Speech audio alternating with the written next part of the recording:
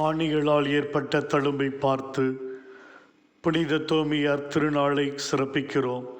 பெயர் கொண்ட அனைவருக்கு திருநாள் வாழ்த்துக்கள் ஜெபித்துக் கொள்கிறேன்.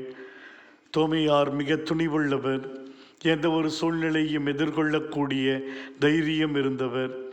இயேசுவின் போதனை வாழ்வில் மிக துணிவோடு அவர் பின்னே சென்றவர். அவரோடு சாவோம் என்று அறைகூவல் விடுத்தவர். இப்பேற்பட்ட தோமா ஏன் தளர்ந்து போகிறார்? ஏன் அவநம்பிக்கையோடு பேசுகிறார்?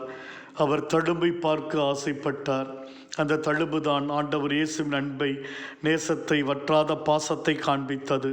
அந்த தழும்புதான் நமது மீட்புக்காக ஆண்டவர் போராடின போராட்டத்தை எடுத்தும்பியது. அந்த தழும்புகள் தான் மரணப்பாடுகளை வெளிக்கொணர்ந்தது. அந்த தழும்புகள் தான் இயேசு என்றால் யார் என காட்டியது. இந்த தழும்புகள் தான் தீராத வழி எப்படி கடந்து சென்றது என்பதை அறிவுறுத்தியது.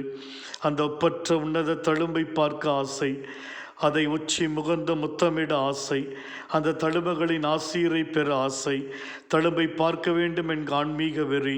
அந்த தழும்பு தான் அவரின் வாழ்வை மாற்றியது. அந்த தழும்பு தான் என் ஆண்டவரே, என் தேவனே என்ற விசுவாச பிரகடனத்தை உறக்கச் சொல்ல வைத்தது.